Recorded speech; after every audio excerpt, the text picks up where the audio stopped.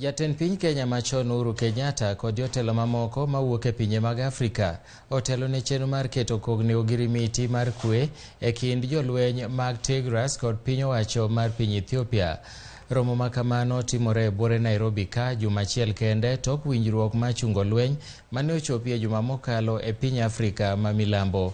Kuom ler mathoth watudre achiel kachiel kod jafwambo marwa Serfin Achieng' mabende biro miyowa ler makamano. Serfin, labda unaweza kutueleza yaliyojiri katika sherehe hii ya kutia sahihi mkataba wa kusimamisha mapigano?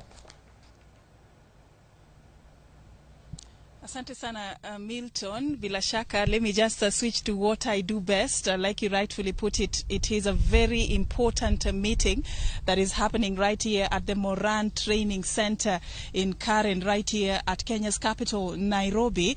And of course, it is following a meeting by senior commanders who had met just to discuss the way forward on the implementation of Ethiopia's cessation of hostility agreement that was reached at following the successful conclusion of a mediation meeting that was held in Pretoria, South Africa, that began on the 25th of October this particular year. Remember, it was a meeting, the first official meeting that was held following a conflict that has lasted for over 2 years in Tigray's Ethiopia region. And of course, this has caused a massive destruction.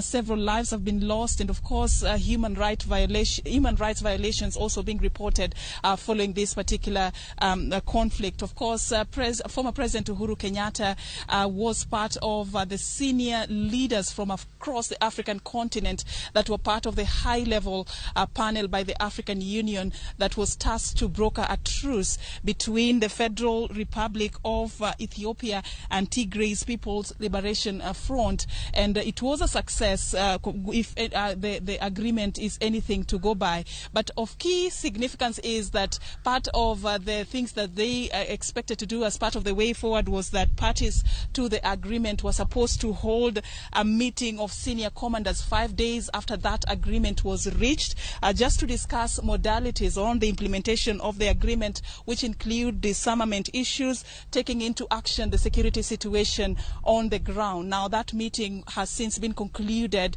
and what is said to be happening here today is that they are going to be signing the declarations that they came up with after that particular meeting, just to offer a way forward on the implementation of this very much important agreement. And it is a meeting that was supposed to begin earlier on at around 10 a.m. In the morning, but it's about 1:24 and nothing has since commenced in this particular place, but it's just a matter of wait and see. And we understand that former President Uhuru Kenyatta and his Nigerian counterpart, former President Olusegun Obasanjo, are here, and they've been having a meeting concerning how to proceed with this particular process, of course, that will offer a way forward on the implementation of that particular agreement. So that is what we have for you as per now, even as we'll continue to update our viewers on what will come forth from the signing of the declaration by the senior commanders on the implementation of the cessation of hostilities agreement in the Ethiopian conflict. Thank you very much, Serafin, for that update. We do hope to link up with you later for more updates. Manone Serafin.